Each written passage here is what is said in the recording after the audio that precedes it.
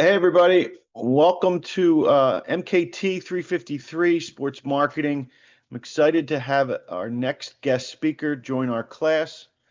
Cassidy Haller is an inside sales manager from the Sixers, and really excited just to have you have her talk to you guys today and tell you a little bit about what she does every day, how she got to where she's at, and a little bit about her pathway into sports. So welcome, Cassidy.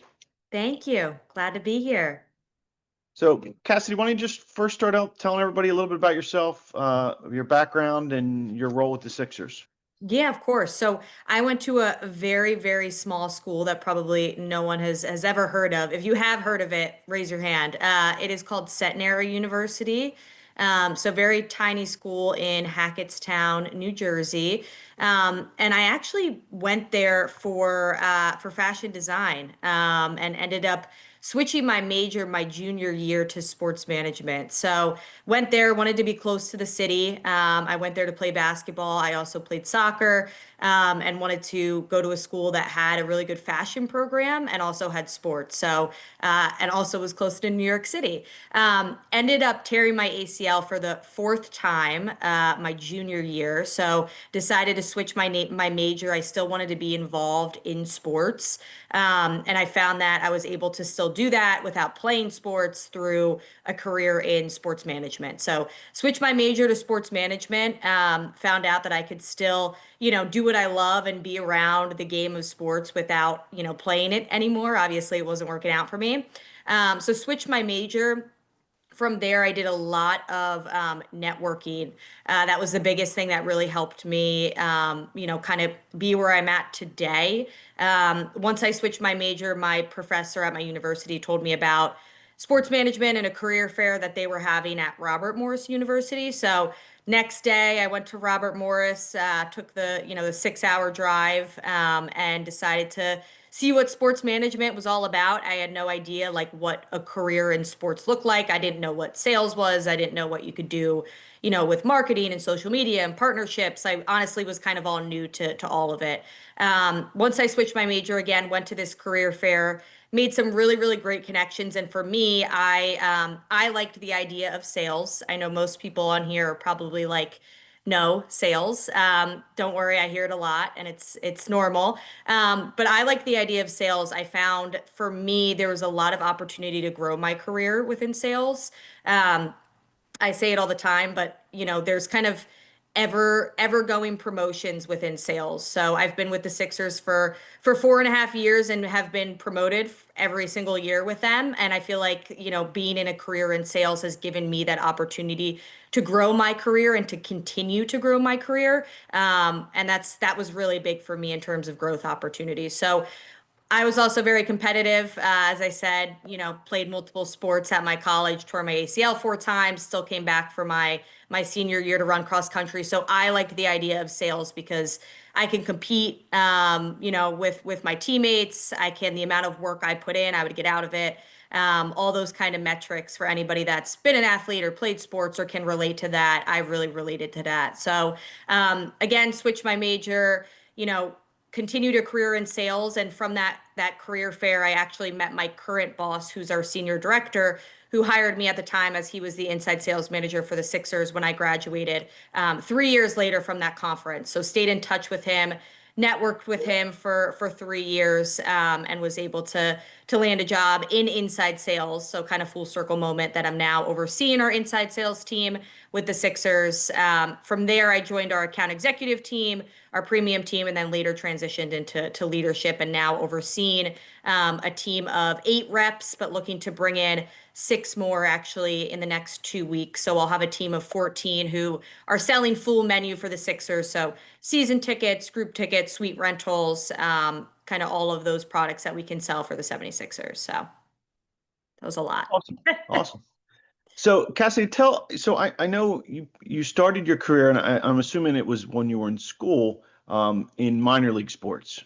Yep. And, Yeah. and what, tell the students a little bit about that experience, because I always tell them working in minor league sports can be a great way to get experience and do a lot of different stuff and to figure out exactly what you want to do. Yeah, minor league sports is honestly where I figured out, I think, that I really wanted to get into sales. You do everything in minor league sports. It's definitely not glamorous, but it gives you that like hands-on experience of, you're able to kind of run everything. I know I started out as an intern for Sussex County Miners, which is a minor league baseball team. I eventually oversaw our intern program, but then was doing everything from them, from social media to marketing to, events, pulling the tarps. I was even out there for like game days on the mic some days. So like I really got to do every single thing. I ran our team store at one point. I was able to do really every single thing from cold calling to working the ticket ops booth to running the social media. So it really gave me the experience to figure out what I liked, but also to like explore all of the different options there are in sports that I wasn't even aware of, to be honest. So minor league is definitely a really, really good place to start. It gives you that experience too that, potential employers might be looking for when they are hiring or asking questions about, kind of background and what you've done. Okay. So I said it to you. The first thing I noticed was your background, and being the old guy in the room here, the 2001 Sixers teams is a special team for me. It's my favorite Sixers team of all time. And I think anybody in my age group is kind of is sort of in that Iverson era of Sixers. Um, so tell us a little bit about, I guess, sort of the promotion that the Sixers have built around this sort of memorable season, and then how does that marketing promotion impact sales? Yeah.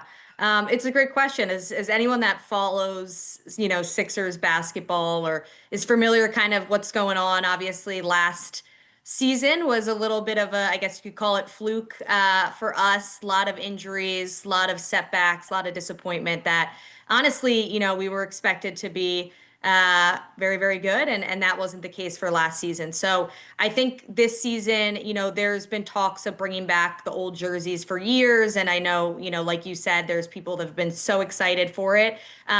This summer was kind of that turning point for us where we're really trying to kind of hear what the fans want to see, obviously, with last season.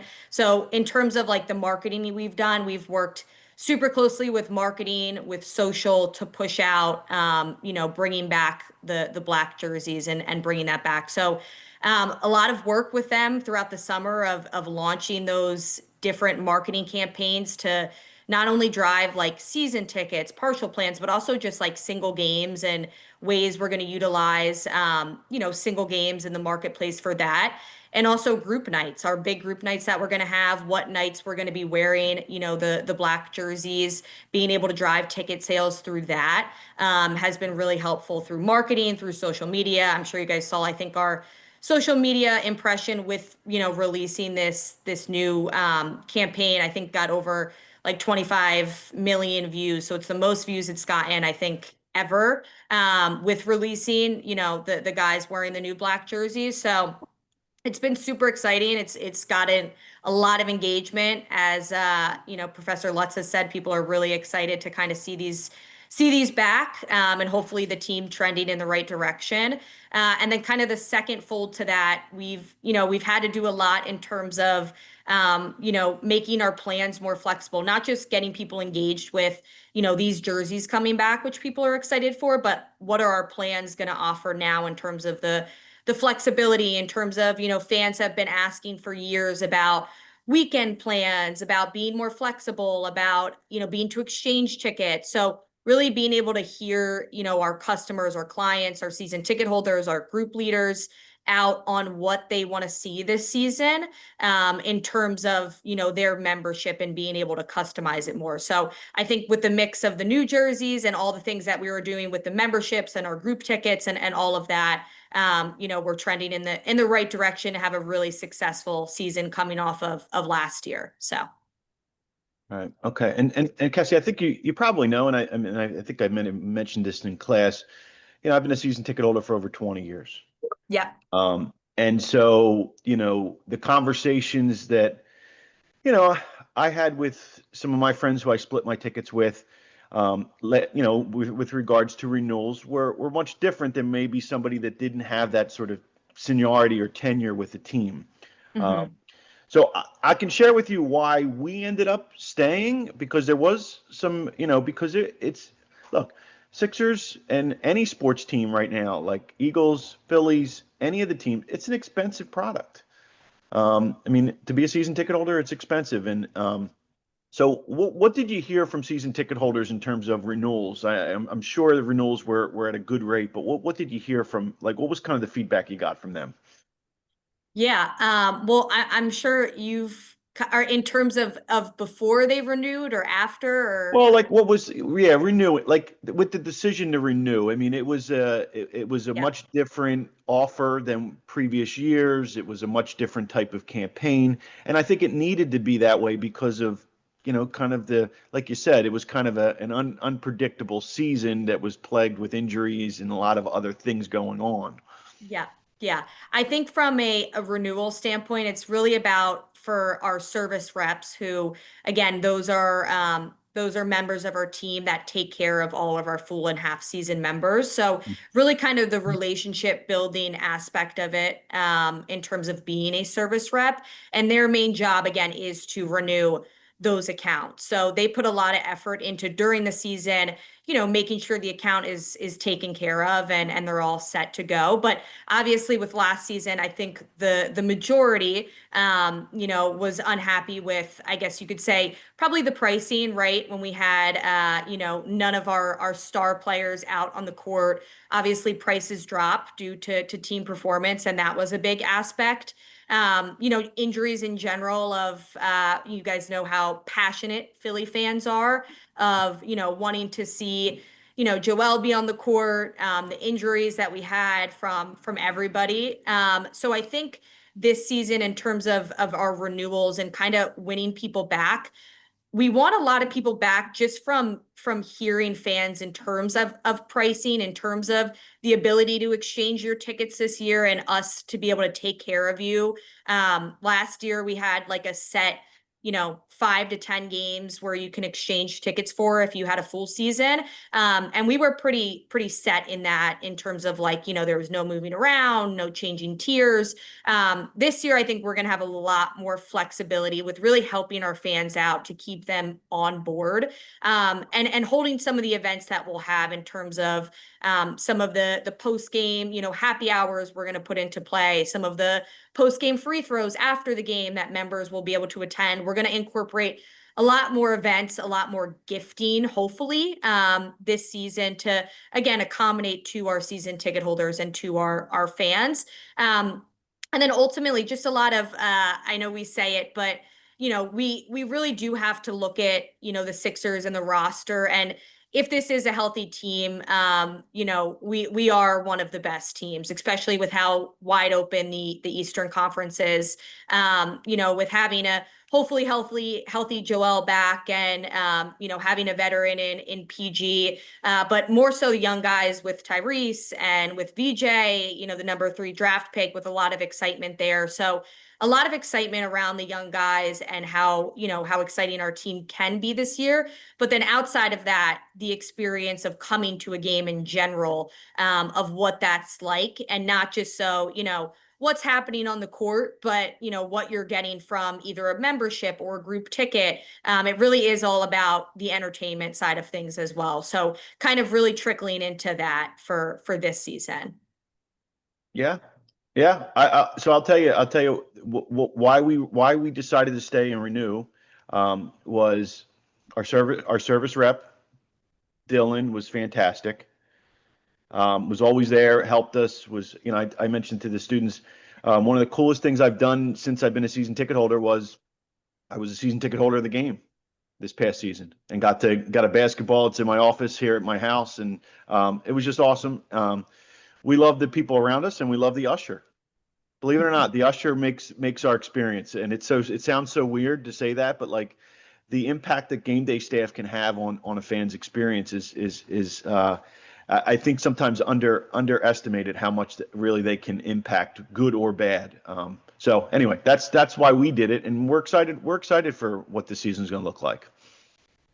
I love that. Yeah, it'll be a very exciting season. Has anyone not been to a Sixers game before? Hopefully everyone's been to a Sixers game. Oh, there's a few I got a people. few hands. We got a few hands. Yeah, Yeah, got to get them out to a Sixers game this season. definitely Even- need to. Yeah. All right, so we want to be mindful of Cassidy's time, and so I always like to open it up to some questions that you have for her. I figure it's better than you ask a question than just have me. So who wants to start? Feel free to. Griff, yeah, go ahead. Griff, then Shannon, then Liz. Well, Go ahead.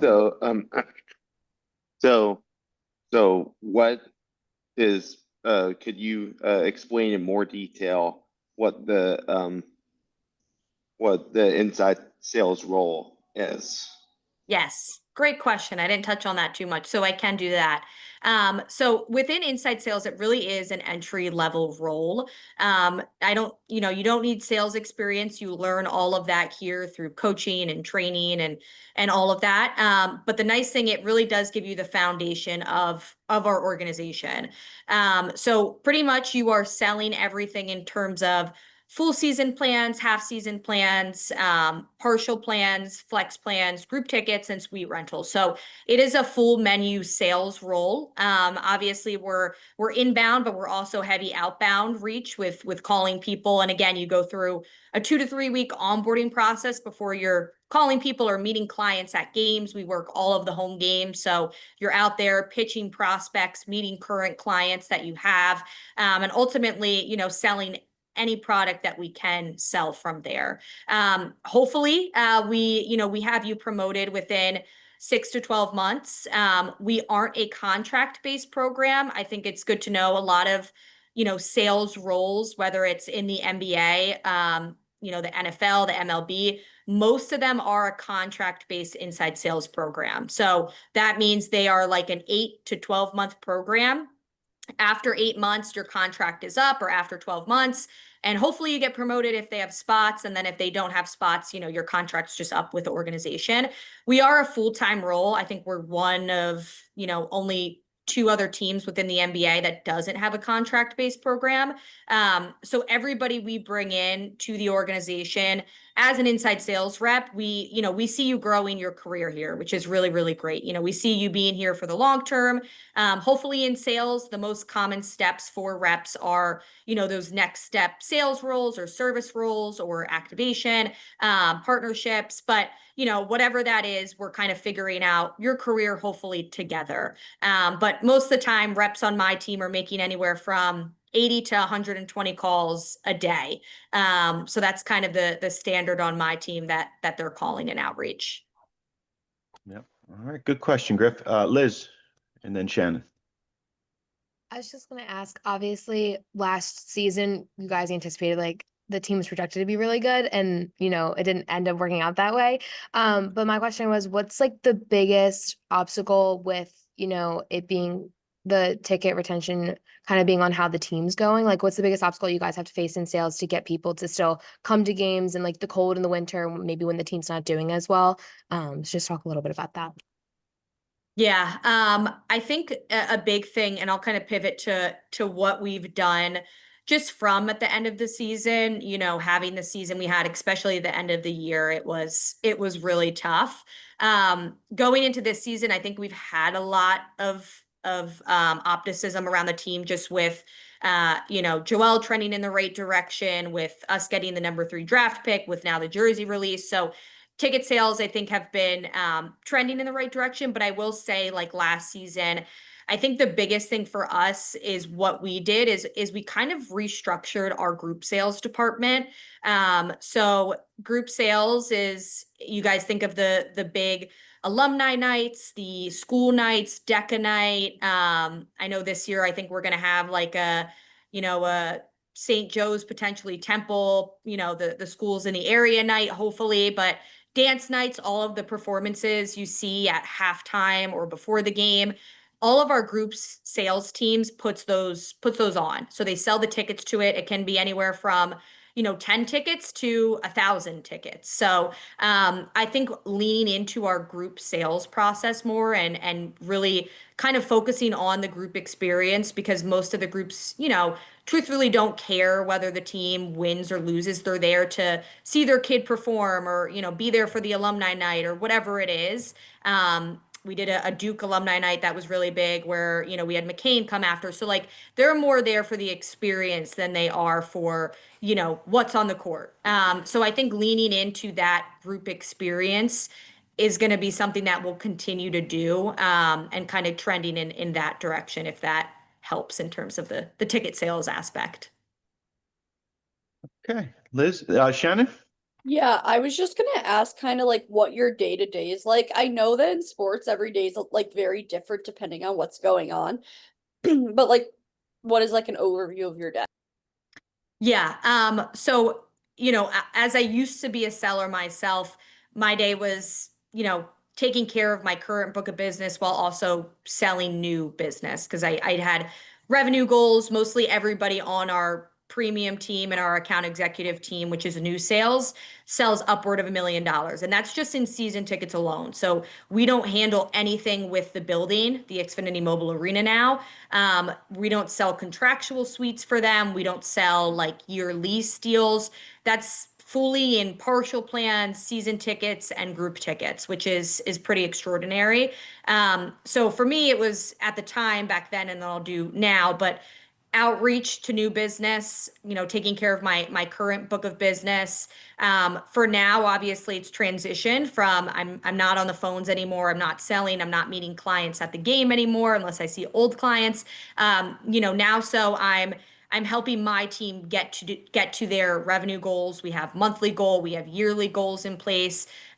Working through our sales process. So a lot of the times, we're doing fun things in terms of contests. We just ran a college football game day contest where you get, NIL money, which is fake money to buy prizes. If you have the most calls on the day. So kind of, motivating, people through those fun things. But now so I'm more coaching and training, listening to call recordings, helping my team close sales. While I'm not, on the phone with the client, I'm kind of the background person with being able to help them execute, their big nights, whether they have a group or a suite, and kind of working through all of that. So really helping them with the new business. And I'm more so, instead of a player, I'm now a coach, with being able to assist them and eventually get promoted and take next steps in their career. So. Okay, good question, Awesome. Shannon. Thank you so All right, much. so Cassidy, I want to run through a scenario with you, and I want to get your feedback and opinion on it. Okay. All right, so you bring a cohort of young sales reps into the Sixers. Let's say you bring 10, all have little to no experience in sports. From my experience, of that 10, 2 will exceed expectations, 2 will do terrible, and then the rest are in the middle. So why does that happen? What does those 2 reps do to exceed and do much better than the rest of their cohort? It's a great question. I think the biggest thing that I have realized, with reps that are successful, within this industry and within sales, because I think the hardest thing within sales is truly being consistent is really hard.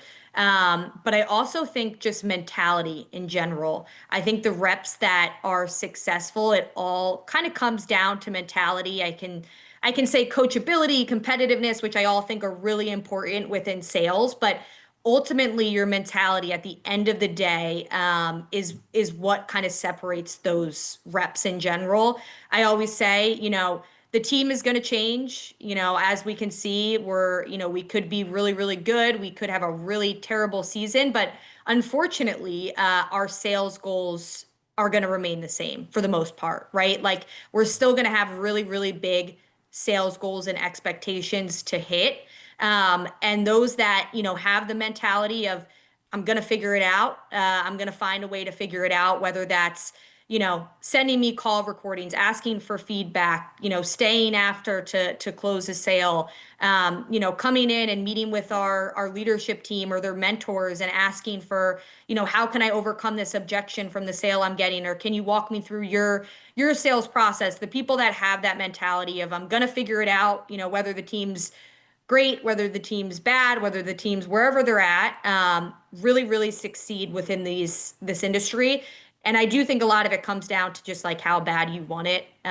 Just like your training in sports, in school, whatever it is, anything that you've wanted really, really bad, I'm sure you've worked really, really hard for it, right? And found a way to figure it out and get it done. I think that's the same mindset from any successful seller that I've seen, has kind of had that mindset. So I think that kind of separates them. Great. That's Good great. question. You mentioned a typical sales rep is got to get comfortable with making outbound calls, and it's a volume game, right? We all know that ticket sales is sort of a volume game. So how do you make sure your reps not only are prepared to make 80 to 100 calls a day, but they're making the right calls? Yeah, it's a good question. I think the nice thing that we have now that we just incorporated, so obviously we're HBSC, so we own the New Jersey Devils, which is kind of crazy. We own the Washington Commanders now, which is also kind of strange, and obviously the Sixers. We own a wide variety that aren't Philly teams, but it's really great because we have a large portfolio, and we incorporate a lot of things that other teams might be doing, because we connect with the Devils. We are now connecting with the Commanders, and some of the smaller, franchises, organizations that we do have to kind of see what they do, how they run things. So we incorporated what's called Sales Loft, which is a really, really great tool for feedback, for coaching. All of your calls every single one of them are recorded. So you can go back in real time, ping where you want feedback on. It gives me an entire transcript for every single call. If they answer, if you're using the word like too much, I can put in, Joelle and see how many times you say Joelle. So it's a really, really high tech system that we have that allows reps to, seek feedback themselves, right? Because they can type in as many notes as they want. Hey, Cass, can you look at this call? Can you look at this spot of the call? How could have I handled this objection? But it also allows me to go in and review calls to see, after onboarding, what reps are struggling with our sales process. Where can I lean in on the sales process when it comes to our introduction and our agenda and, info gathering stage of it. So it allows me to kind of coach and give feedback, and it allows them to come and seek feedback from myself, from their teammates, from everybody. So it's a really great tool that a lot of teams have used that we just incorporated that, again, gives us every single call for reps to listen to, for myself, for us to use in trainings that we've been doing. It's a nice coaching tool. So Good. Questions? Who else has some questions for Cassidy? Don't be shy.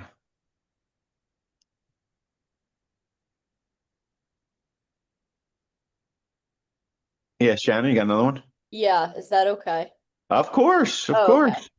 course. So if I was going into interview, what are like the biggest interview tips you would give someone?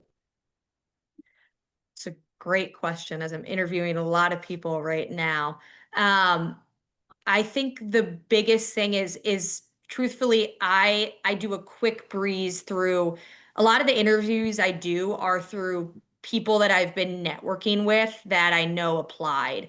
So back to that networking point of like, be networking now, because that's the biggest thing of sometimes, I'll have 1,000 resumes, but I know 5 people that I've been talking to for a year or however long have applied, and those are the people that, I'm going to go into interviews right away with, and may not even have time to look through those 1,000 resumes, right? So I think the biggest thing is the networking aspect, but also going into it is preparation is huge. For me, I'm somebody who, like, if you're having an interview and this is whether it's a first impression or we've been having a conversation for a year, how are you dressed? How are you presenting yourself? Like, I'm always, I know this is an entry level role, but like dress to impress. It's your first impression. There's thousands of candidates. I think that's really important. I think a second part of it is just like the questions that you ask. So coming prepared with like thoughtful questions. How did you do your research on the role? I think that's huge. Any interview I've ever had, uh, although I didn't really interview for this inside sales role when I got it at the time, I did my research in terms of like, what am I going to be selling? Who are my teammates? Who's on the leadership team? Like, you can find all of that out through LinkedIn, right? So, like, how prepared are you in wanting the role? What have you done to do your work to get the role? So those little things I notice. I know everyone's different when they're going into interviews. Follow-ups are really, really big as well. Again, sometimes it can be hard to separate 800 really good candidates, and then you boil it down to I have 30 really strong people who are all really, really great, right? Went to great schools, were in great sports management programs, had good answers. Like, again, with it being entry level, being able to separate yourself potentially with a follow-up call, with doing little things that can hopefully make you stand out, show that you listen, show that you really valued the conversation. Whether that's I'm old school, I think handwritten notes are great. I think little things at the time when I was networking, when I went to a career fair, even if I wasn't going to work for, at the time I was speaking with the Nationals for a role, and I ended up choosing the Sixers instead to start my career. But I know me and the hiring manager talked about, them winning the World Series, and, how great it would be for me to be there, and hopefully one day I can help, get them a ring and be a really great sales professional. And my follow-up was a handwritten note and a little ring pop, and, eventually they won the World Series, which was really cool. But he remembers that, now we're friends, but he remembers that conversation from me 3 years ago with that ring pop, and how, valuable that conversation was, and just me seeking feedback right away in the conversation. So I think the follow-up can also be really important. And the ability to answer questions, right? Providing examples are huge. Not just answering the question, but like, can you provide a specific, tangible example? I think having some of those examples maybe written down, preparing for some of those questions that they might ask. And ultimately, like being yourself, showing your personality. Sales is a lot of personality too. So any role, marketing, sales, I think a lot of it comes down to personality, but being able to do that and express that through the call, I think is important. So long-winded answer for you. No, Thank you. great feedback. So Cassidy, let's say you have a great interview with a candidate for a job. What should they do after the interview to stand out? Because I know that probably a lot of sales departments or sales managers look to see, is a candidate going to fight for the job? Are they going to be persistent? And because that's what they're going to do every day in their job. So, what do you look for in candidates for like a follow-up? Yeah, I think the biggest thing is kind of just not recapping our conversation, but kind of again in an email why you are the best candidate, why you want this role. When I see an email that's just like, thank you for your time, talk to you soon. Like it's a nice email, it's a thoughtful email, but it doesn't have any context to it. When I have people sending me emails of, it was a great conversation. I just want to, reiterate, this is why I'm really excited for this role. This is what I would do off the bat. Like, the more information you can provide and sell yourself, right? Like you're selling yourself to hopefully get a role, whether it is in sales or marketing, whatever it is, like you're selling your ability to do the role. That's what you have to do, right? So, the follow-ups again, the emails, the handwritten notes, the check-ins on LinkedIn, the engagement on LinkedIn. Maybe I post something and you're engaging on it. Like those are all really, really, key indicators of somebody that is persistent, but also like really wants this role, right? And is really gonna take this role seriously and excel in it compared to maybe a candidate I haven't heard for in 2 weeks since our last call, right? So I think all those little things that you can do to get creative, I think that's a really, big thing of it, of like, how can you get creative within it is a lot, means a lot to the hiring manager, and speaks a lot of yourself. So good question. Yeah, no, and Cassidy, you've met several of my St. Joe students in the past and recent graduates, and and I always interesting when they would tell me, "Hey, I met you," for an example, and they didn't realize like this was actually they were getting involved in recruiting and they didn't even know it. And the ones that did that little thing where they're followed up, they keep attending, they keep reaching out. Um, they're the ones that end up getting opportunities when they graduate. And I know one of my students that then you've asked me about, he's now with the Flyers. And that was sort of the same experience where he met and interacted, networked, and then started so it was almost a 12-month sort of recruiting process that happened. But I think that makes a lot of sense because you want to make sure you bring in the right people, right? Yeah, and that's a great point.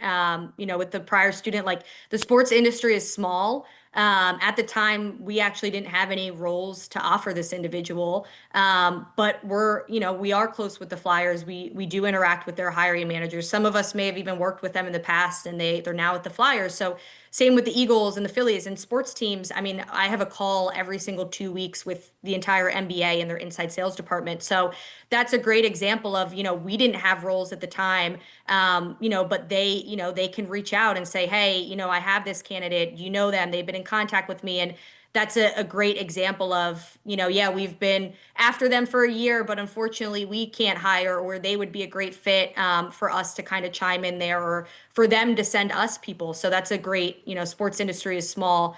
Departments are small, even though they seem big. Everyone kind of speaks with each other. Everybody connects, everybody networks. So it's a really great way to continue to kind of get your name out there for sure. Yeah. All right. Any other questions for Cassidy? Here's your opportunity. Yeah, Ryan, go ahead. So I guess like in preparation for the season, depending on how well like the Eagles and the Phillies are doing, how much does that impact like the ability to sell tickets or at least garner attention for the Sixers? Because obviously it takes attention away from the Sixers. I know like they should be, like not against each other. They're all Philly teams, but obviously they're in competition. So I'm just wondering how it affects the sales or if it does. Yeah, it does, right? Because, a lot of times we will, call people or speak with people, and they're like, no, it's football season, call me back when football's over, when baseball, finishes up. So we do get that a lot, right? It's just the way of sports, unfortunately, where, we have a lot of great teams in the area, where, they're going on potentially when we're starting up. And that is the thing of like the beginning of the season. We typically see more demand within the middle to the end of the season. That's always usual within the NBA, but specifically for us as well, just because of the other teams that are playing. And I think it's the things that we're doing again to try to lean on some of those bigger group nights to get people out that maybe aren't involved in, football or baseball, or aren't really passionate about it, that like school nights, young kids that we're having out for scout night, like things like that, that in the beginning of the season, we can target more theme nights, to kind of hit a wide variety of people, heritage nights, where people, want to come to the game. And then I think too, like, working with them, it is nice that all the sports teams are in the same area, and they're staying in the same area now with, with our new arena in the next couple of years. But that is really nice, right? Because people can come from, they did a Flyers game, or the Phillies are playing earlier and they're going to a Sixers game. They're going to Xfinity in the middle, or Stateside Live, or whatever it's called now. But us being able to, have our partners, our partnership team and our activation team, do things that can hopefully get people to, after those games or before those games, come over to a Sixers game after. So I think doing those little things, it's always going to affect us, unfortunately, but kind of trying to find ways to still bring people in. Okay, good question, Rye. Any other questions? Okay.